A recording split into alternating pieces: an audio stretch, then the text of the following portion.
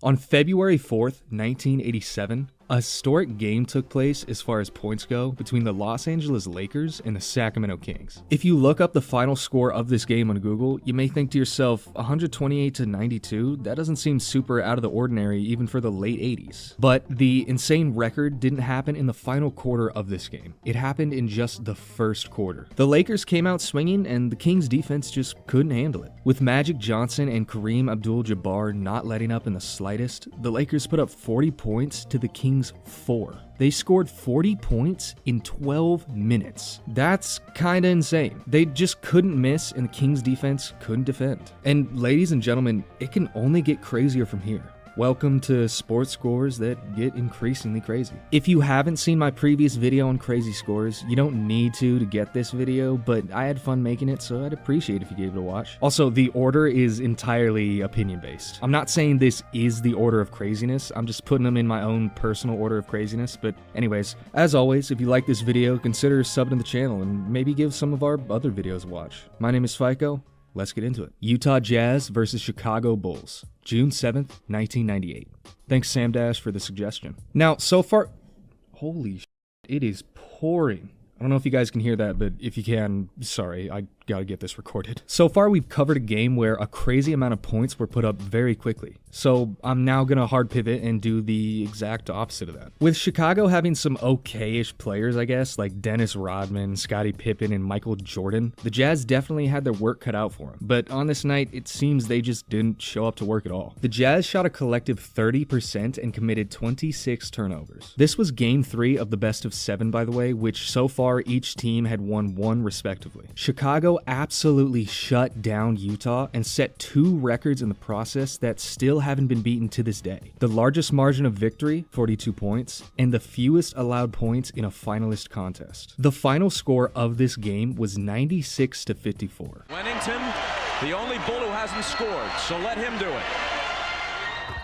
The Bulls powerhouse went on to win the finals that year, of course, and most likely made the Jazz cry in the process. The Jazz's coach Jerry Sloan was even quoted saying, "Is that actually the score? Chicago Bulls versus Miami Heat. April 10th, 1999. Thanks, I think it's AZN Pikachu for the suggestion. Chicago is facing Miami in Chicago's home court, and let's just say it didn't go quite the way they were hoping, and definitely not the way the previous game I just talked about went. In fact, the article that I read while researching this game even pointed out that the Bulls had been on the other end of the previous low-scoring game. I wonder what happened in between them. Not only did they fall apart in this game, but they actually set the new record for the lowest score by one team in an NBA game post-shot clock. The irony of this situation is just insane. Going from being the guys who forced that record onto another team to being the guys who broke that same record by 5 points, yikes. By the time it was all said and done, Chicago lost to Miami with a final score of 82-49. They didn't even make it to the 50-point mark this entire game. New York Yankees versus the Cleveland, previously named, Indians, August 31st, 2004. This game was pretty interesting for a few reasons. Besides just the final score, which we'll get into later, in 2004, the Yankees had been doing really good and Cleveland not so much. Like, they weren't doing awful, but comparing their season to the Yankees, I mean, from August 15th to August 24th, they had lost 9 games in a row. Now, heading to New York to face the Yankees, the future didn't seem too bright for them. But after Travis Hafner hits a triple with 3 guys on base in the first inning, it's go time. In the 5th inning, Cleveland took a 15-0 lead over the Yankees, and even with that comfortable of a lead, they weren't slowing down. They just kept stacking up runs all the way to the 9th inning, where they topped off this crazy game with 6 more runs. And even crazier than that, they got those 6 runs with 2 3-run homers. They finished this game with a disgusting 22-0 final score. The Indians, adding insult to injury, now lead the Yankees 22-0. The biggest loss in Yankees history. Neither one of these teams won the World Series that year, although the Yankees did make it to the World Series. Psych! That's the wrong number!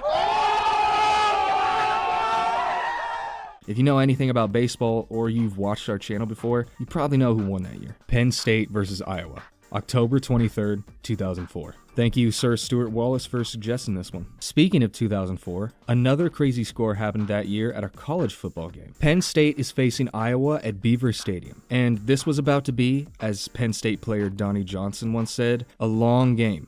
A long, boring game. Just to give a little context to how boring this game was, both teams combined for 315 total yards of offense, 7 turnovers, 93 combined rushing yards, and 7 punts. Not 7 total punts though. 7 punts for each team. The only points Penn State got this entire game, they got from 2 safeties, one of them being on purpose in the 4th quarter.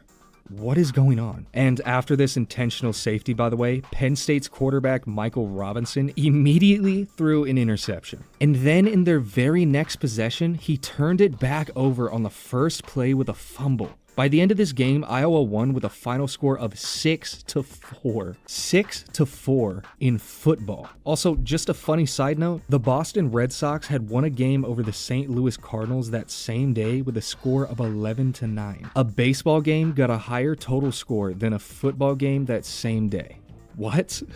Indiana Pacers versus Portland Trailblazers. February 27th, 1998. Thanks Aaron Holcomb for the suggestion. Indiana's coach Larry Bird, yes, that Larry Bird, had been pushing his team for a while to really hone in on their defensive skills. And judging by the final score of this game, that was probably a good decision. In the first half of this game, it was clear that Indiana was dominating Portland with their defensive play, and their offensive play too. This game turned out to be the second most lopsided victory in NBA history, and they actually set a record for the first team to ever score more than double their opponents. In the 4th quarter, Portland only managed to put up 16 points, bringing them up to 59 by the end of the game. In Indiana, put up 40 in the 4th quarter. The game ended with Travis Best making 2 of 2 free throws, and just like that, this game cemented itself in the NBA history books. The final score of this game was 124-59. As I mentioned earlier, Indiana is the first team in the NBA to ever double their opponent's score. Wild. Denver Broncos versus Miami Dolphins. September 24th, 2023. Thank you, Mr. Jim NFL, for the suggestion. So far, we've talked about crazy low-scoring football games, but it really wouldn't be a crazy scores video without a high-scoring one. By the way, as far as points scored by a single team in one game, according to CBS Sports, there are only 2 teams who have ever scored more than this in NFL history, and the Dolphins tied the number 3 spot. The Dolphins absolutely dominated in this game. Not only did they, this is going to be a bit of a list, sorry, rack up 376 passing yards, 350 rushing yards, 376 receiving yards, but they also had 0 fumbles the entire game, while Denver had 2. Great job holding on to them balls, boys. With around 8 minutes left in the game, Devon Achane ran a 67-yard touchdown. And still with some time left in the game, they got the ball back from Denver and were in a situation where they could have easily went for the new highest score by a single team record, or even tie the standing record by just kicking a field goal. But they didn't. Apparently their coach believes in like karma or something, I don't know. Philadelphia Phillies versus New York Mets. June 11th, 1985. Thank you, Alan Ash, for suggesting this one. At Philadelphia's Veterans Stadium, something went down. The Phillies are facing the Mets in front of 22,591 fans on the dot, and the Phillies are freaking ready. By the end of the 2nd inning, the Phillies had already scored 16 runs. 16 runs in 2 innings is absolutely ridiculous. To me, one of the craziest parts about this game is that between both teams, there were only 2 home runs. The entire game, 2 home runs. I mean, of course, this was pre-steroids era baseball, but I mean, still in a game with 43 runs total between both teams, that's kind of crazy to me. The Phillies set 2 club records for this game. They set one for hits, which they got 27, and total bases, which they got 45, and ended this game with a final score of 26-7. They didn't win the World Series that year, but I mean, what are you gonna do? New York Giants versus the Washington, previously named Redskins. November 27th, 1966. Thanks Suzanne Botts Fort, I think that's how you say it, for the suggestion. 1 year after Gatorade was invented, a game that still to this day holds the record for the 2nd most points by a single team took place. Funny enough, the record for the number 1 highest score is against Washington, and I covered that in my last video on crazy scores. But Washington won this game, so I guess it's somewhat poetic they came back 26 years later and took the number 2 spot. This game does hold a number 1 record though. The most points scored total in one NFL game. This game unfolded in front of a crowd of over 50,000 people. By halftime, both teams had put up 48 points in total, and going into the fourth quarter, the score was 48 Washington to 28 New York. The very last points put up in this game was a 29-yard field goal in the last seconds, bringing the final score of this game to 72 to 41. Sounds like a skill issue to me. Joseph Eisner versus Nicholas Mahunt.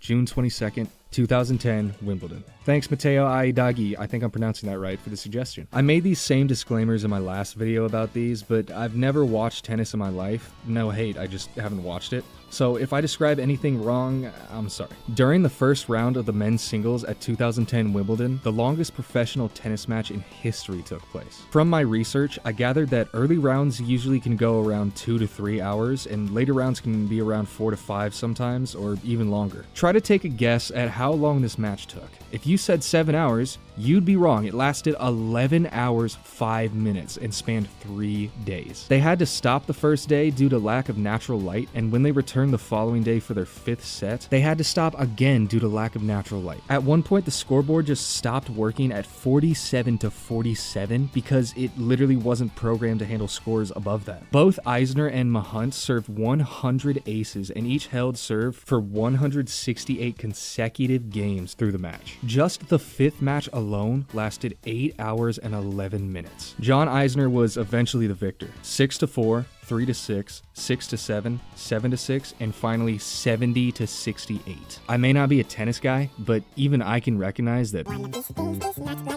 England versus Australia, Test cricket. 1928 to 1929 Ashes series. Thanks, Nyan Binary DC, I think is how you say it, for the suggestion. Yes, cricket. I still know nothing about cricket, so sorry. The rules of cricket scare me.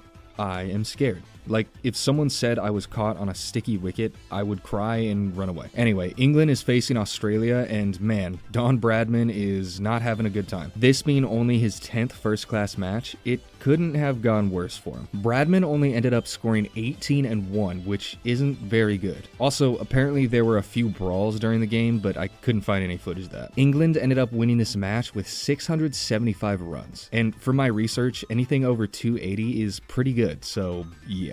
Again, though, I don't really know cricket, so. Geelong Cats versus Melbourne, July 30th, 2011. Thanks Albert Miller 2 Electric Booga for the suggestion. At Skilled Stadium in Australia, the second biggest victory in VFL/AFL history unfolded. Melbourne was the loser in this situation, and as an extra gut punch to them, not only did they have the second biggest victory against them, but they also have the first biggest victory against them from 1979. The first goal of this game was scored in the first 75 seconds by Geelong. Stephen Johnson, Cameron Mooney, and Tom Hawkins, the top players for Geelong, shared 17 goals between them. Johnson himself had 9 goal assists, and Joel Selwood ended up with a game-high 43 possessions. By halftime, Geelong had outscored Melbourne by a margin of 114 points, or 12 goals. The final score of this game was 233 to 47. AFL is another sport I haven't really watched, but that's a pretty crazy score. Montreal Canadiens versus Quebec Bulldogs, March 3rd, 1920. In my last video, I mentioned the biggest blowout in NHL history, so in this one, I want to mention the most goals scored by a single team in NHL history. A game that happened in 1920 and still holds the record, by the way. This was only the 5th season in the history of the NHL, which at the time was known as the National Hockey Association.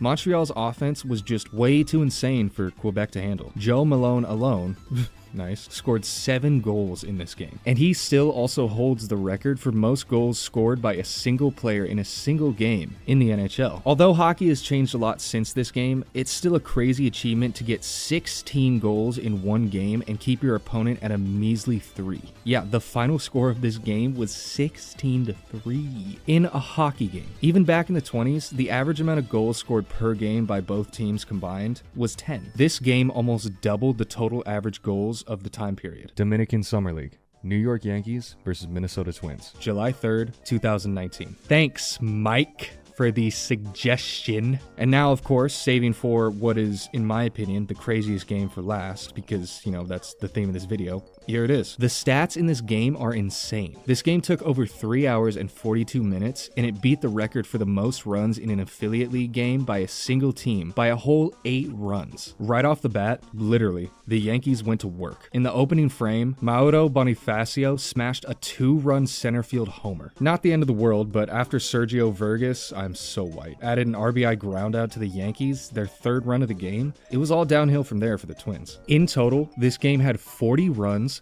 36 hits, 5 homers, 6 errors, 3 stolen bases, 5 wild pitches, 2 balks, 33 players used, and 215 pitches thrown. The Yankees themselves got 31 hits, and 17 of them were for extra bases. Just in the 3rd inning, 12 batters came up to the plate for the Yankees and put up 9 runs. Every player in the Yankees lineup had at least 2 hits, and that includes pinch hitters. They batted around, meaning they went through their entire batting lineup in a single inning, in 5 different innings. And at the end of the game, Yankees reliever Luis Vasquez was awarded a save. Meanwhile, the Twins pitcher Carlos Gutierrez allowed 11 runs and 11 hits and only recorded 4 outs. Now, of course, this is DSL, so like crazy stuff does happen, but like this is just ridiculously crazy. Thank you everyone so much for watching. As always, if you made it to the end, comment which one of these games was your favorite. Also, I might make a part 3, so if you know any other games that I may have missed, put them down in the comments and I'll shout you out in the next one. Anyways, have a lovely day, gamers.